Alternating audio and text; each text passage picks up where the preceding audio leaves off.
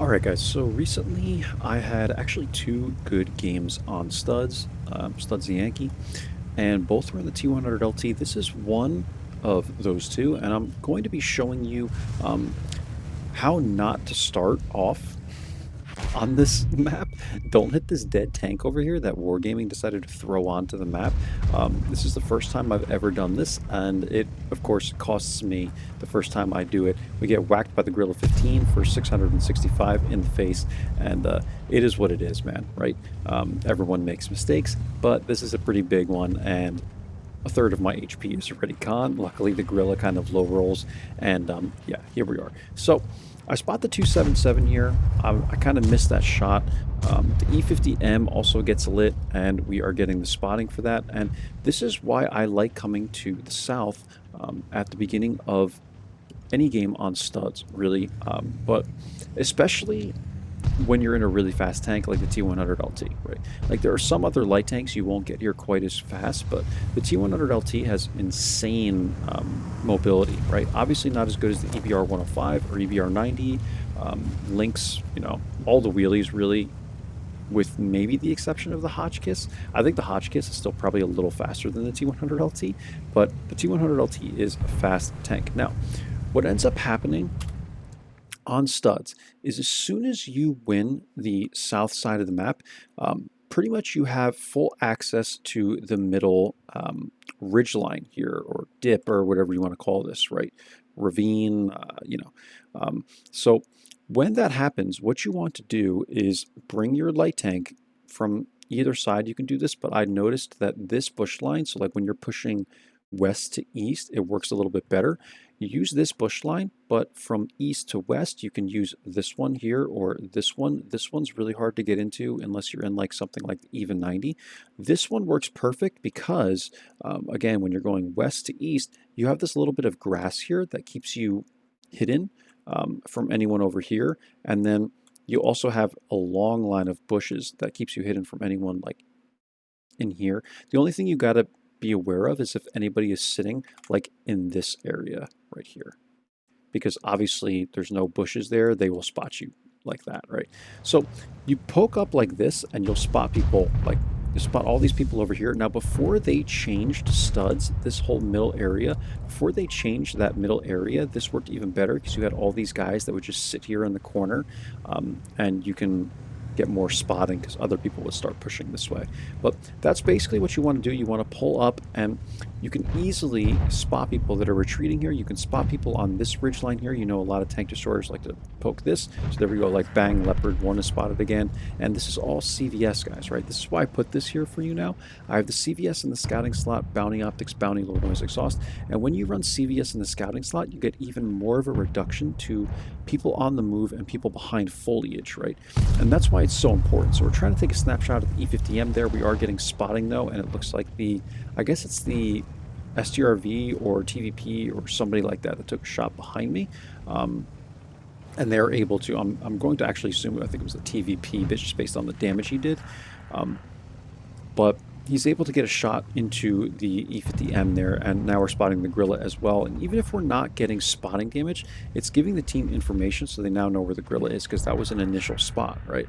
So now we know where the Gorilla 15 is, and yeah, it's very likely we're going to win this game, and a lot of it is due to us winning the South so fast. And this is why I love, absolutely love, when I see a lot of my teammates going south, because I always feel like south is what wins this game. That doesn't mean you can just put nobody up north, right? Because if the enemy team takes the north really fast, they can come around and flank. And I feel like that's the case for a lot of maps, but I always feel like there's a slightly more important side of the map. On Prokhorovka, you would say it's the hill, right? Or I'm sorry, Malinovka, you would say it's the hill, right?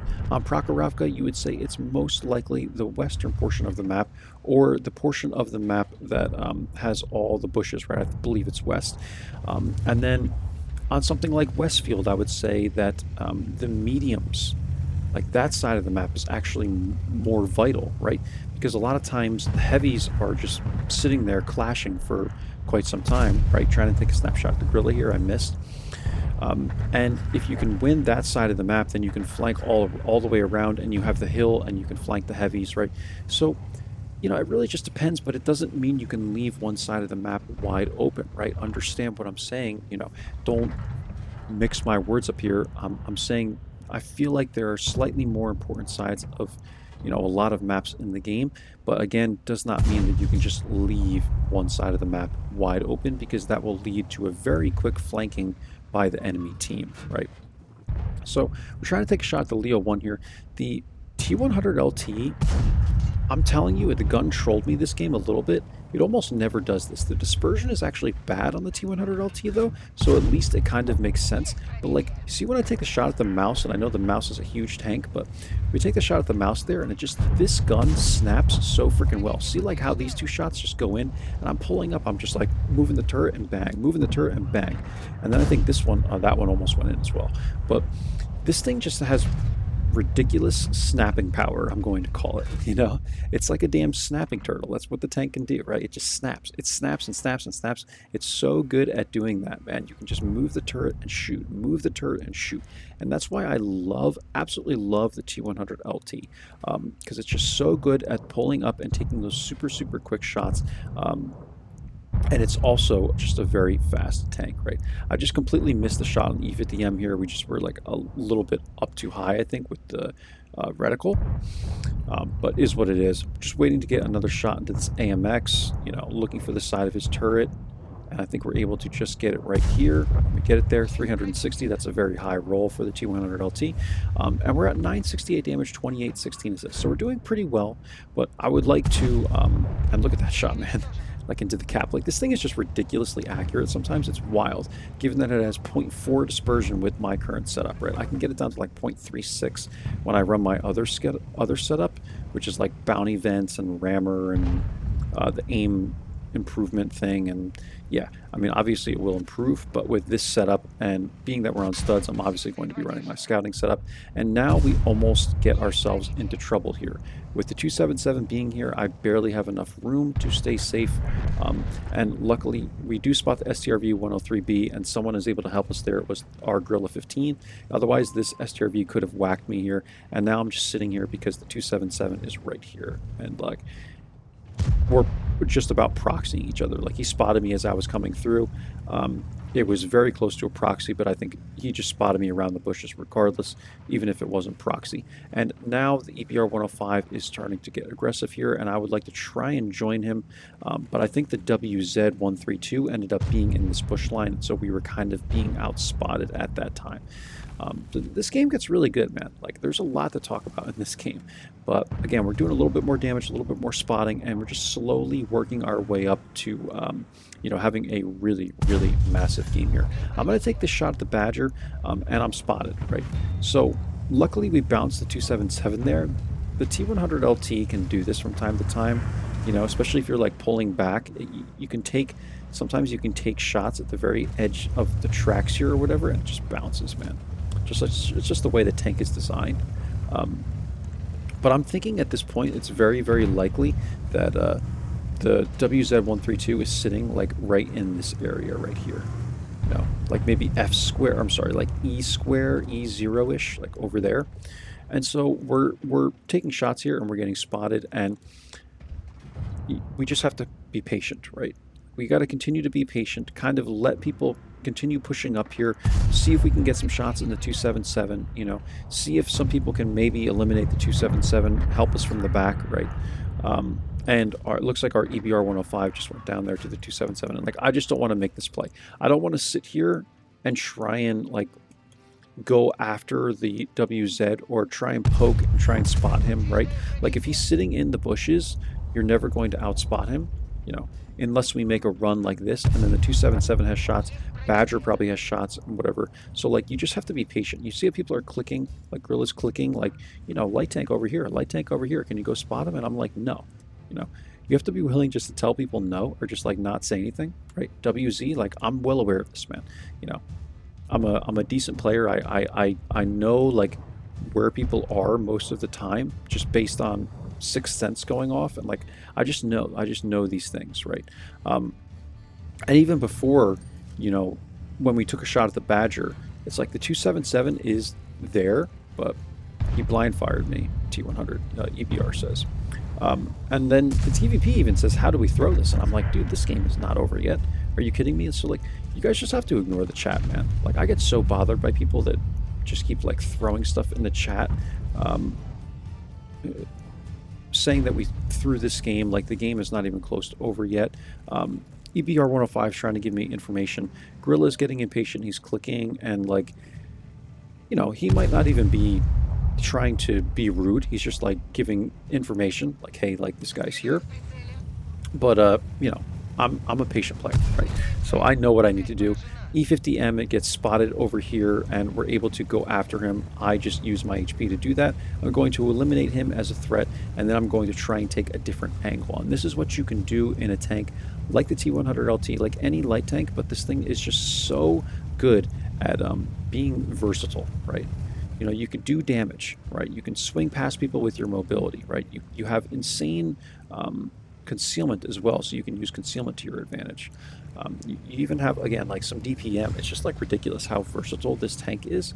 I love it, man. I just love, like, a lot of the Russian lights I really like. The lightweight and the T100 LT especially, but the Russian lights are just good tanks, right? So now I'm going to try and sit in this bush line. I'm also concerned that the Leo or somebody might, actually just the Leo, the WZ, and the 277.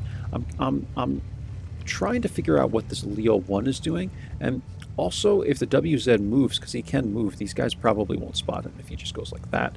So I'm trying to figure out if they're going to try and make some plays here. We're only up 900 HP right now, so it's very possible these guys might try and come around. So I think what I do is actually go all the way around from the north instead and take a different angle, right? Because what's happening here is the WZ has put himself, like, right in this area. And again, I told you this, I know in F0 there's like a little pocket right here where the bushes kind of stick out a little bit, and he's able to outspot people as they're coming in, right? So what he's expecting is for me to, like, probably run down this bush line, and though at this point I could do that, with the 277 backing up and stuff, we could make that play, right? Like, we could just come from the south, but again, I have 915 HP. If I take a shot from, like, all three of these guys at once, I could die. So you want to try and do it as easily as possible, right? That's what I'm emphasizing. We have the time here, you know, so, like, if these guys are just patient and they can wait for me to come all the way around, I'd rather do it from this side, right? Because if I could do it from this side, it just makes things much easier, because all my teammates are in the south, and then these guys are going to reposition and want to go after me, and then they have easy shots, right? My teammates have easy shots in the south.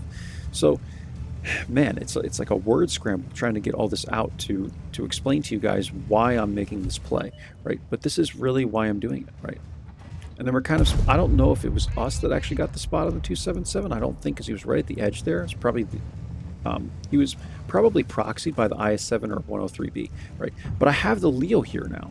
So now the Leo is in a really bad position, and the 277 is also spotted. So he's going to eventually go down to the Gorilla, because the Gorilla had a shot from the back. And we just have the numbers, right? But now the Leo is all concerned here because I have him lit, and he's going to have to come after me. And so, like, it just ends the game, right? So now I'm going to trade places with the Leo 1. As he comes over, I'm going to come over, right? And now he's put himself kind of out of the fight here. And now I can get a spot on the WZ. The WZ hits me, right? And remember I just said, like, if all three of these guys get a shot to me at once, I could be dead. Well, the WZ and the Leo 1 got a shot to me. And now I'm at 112 HP. But the WZ, once he took that shot, completely gave away his position. Even though I kind of knew where he was, I can now ping his exact location once he fired there, right? And then these guys are going to rush in, and they're going to spot him, and they're going to go after him. But he took his first shot at me, then he took his second shot, cleaned me up. It's like, hey, man, whatever.